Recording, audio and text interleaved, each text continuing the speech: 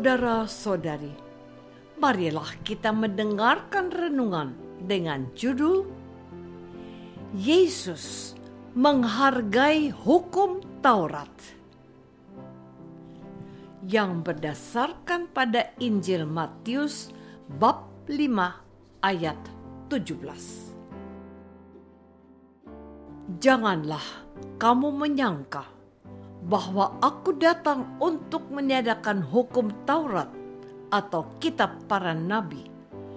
Aku datang bukan untuk meniadakannya, melainkan untuk menggenapinya.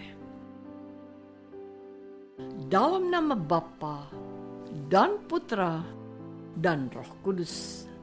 Amin. Saudara-saudari terkasih dalam nama Tuhan Yesus Kristus.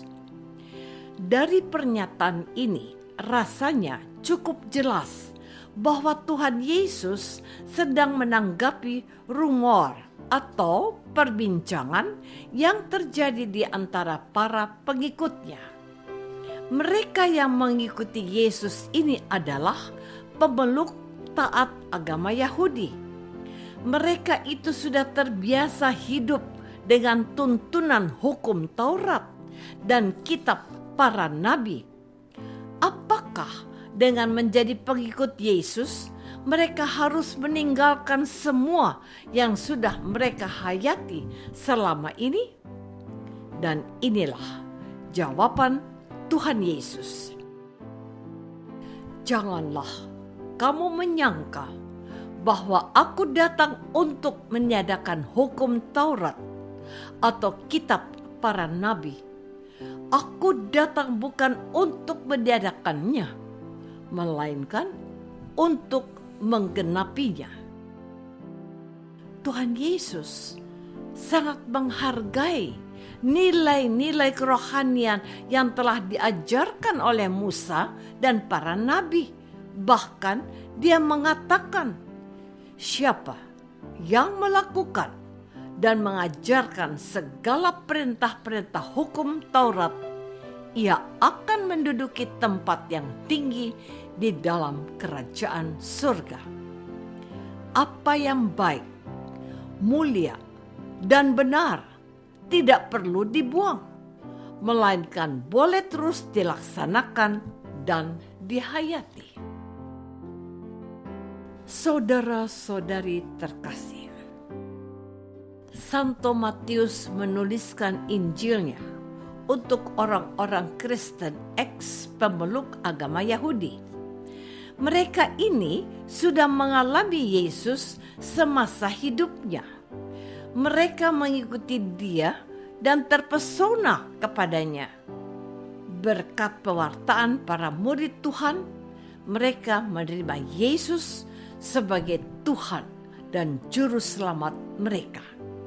Namun, mereka mempunyai persoalan konkret. Mereka sudah terbiasa hidup baik dalam tuntunan hukum Taurat dan ajaran para nabi.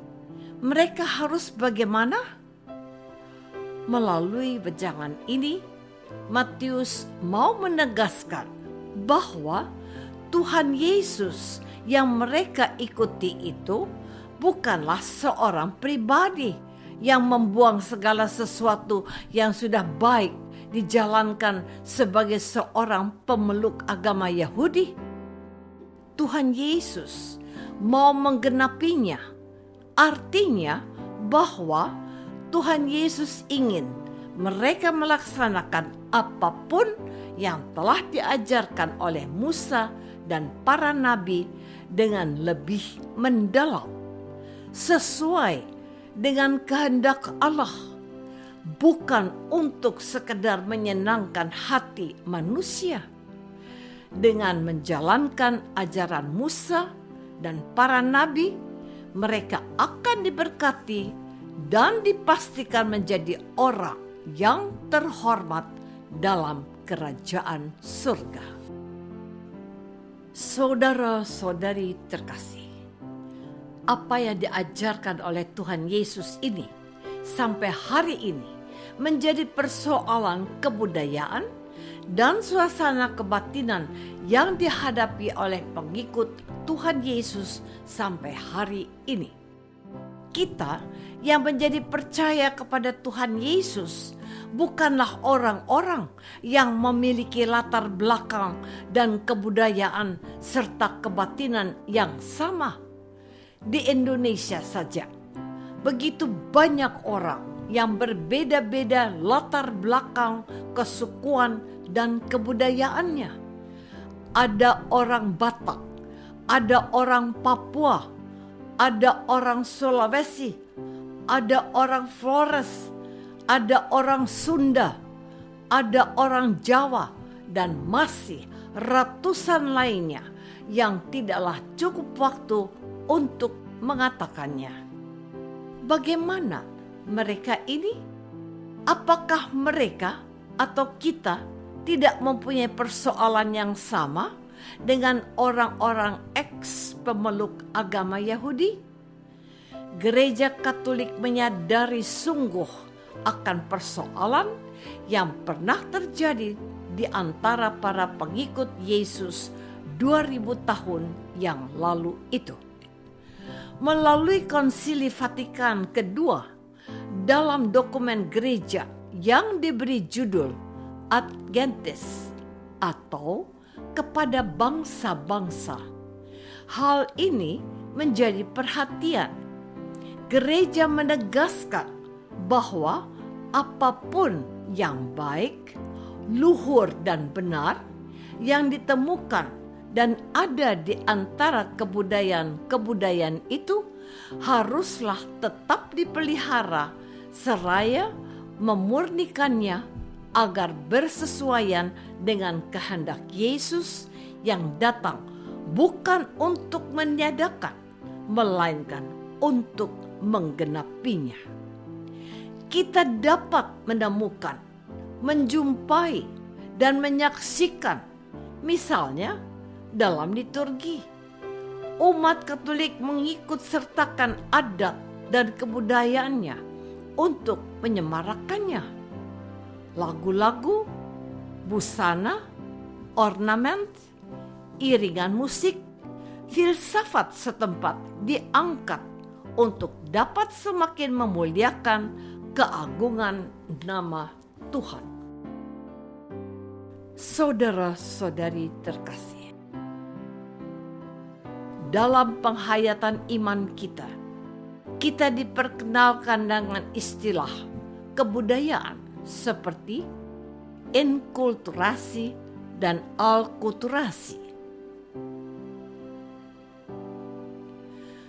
Gereja Katolik mengangkat nilai-nilai baik yang ada dalam kebudayaan kita untuk disucikan dan dimurnikan sebagai sarana yang memudahkan umat untuk dapat menghayati iman mereka dengan lebih membumi dan lebih mudah untuk dihayati. Pesan utama yang mau disampaikan kepada kita hari ini tidak lain dan tidak bukan ini: menjadi 100% Katolik dan 100% Indonesia. Demikian kata Uskup Agung Sugio Pranoto. Presiden pertama Indonesia, Soekarno, mengatakan, kalau jadi orang Kristen, jangan jadi orang Yahudi. Tetaplah jadi orang Indonesia dengan adat budaya Nusantara yang kaya raya. Kedua pernyataan ini membawa kita pada pemahaman yang sesuai dengan kehendak Yesus. Jadilah pengikut Yesus tanpa meninggalkan akar tempat engkau dilahirkan. Nilai universal kekatolikan dalam gereja tidak meninggalkan apa yang sudah baik dan benar dari apa yang diwariskan oleh para leluhur kita. Jadilah orang Katolik yang menghormati keindonesiaan kita. Apakah aku menghayati imanku kepada Yesus sebagai orang Indonesia yang taat? Marilah kita berdoa. Bapa yang Maha Baik, Tuhan Yesus tidak serta-merta meninggalkan apa yang sudah diajarkan oleh para nabi, melainkan menyempurnakannya. Bantulah kami menghayati iman kami sebagai bangsa Indonesia yang taat. Demi Kristus Tuhan kami. Amin. Semoga kita semua selalu dinaungi dan dibimbing oleh berkat Allah yang Maha Kuasa. Dalam nama Bapa dan Putra dan Roh Kudus. Amin.